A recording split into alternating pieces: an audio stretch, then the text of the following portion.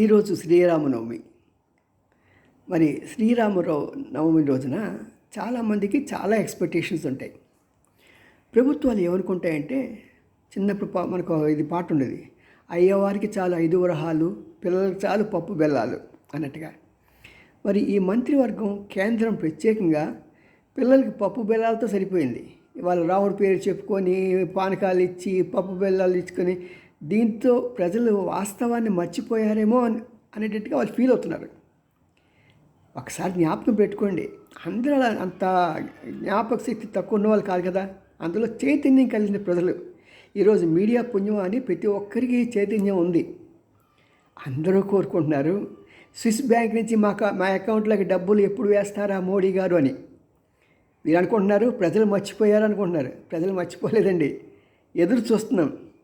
మీరు కనుక చేయలేదనుకోండి, next time మార్చేస్తారు మిమ్మల్ని. జాగ్రత్తగా ఉండాలి. మరి వెంటనే ఏర్పాటు చేయించండి.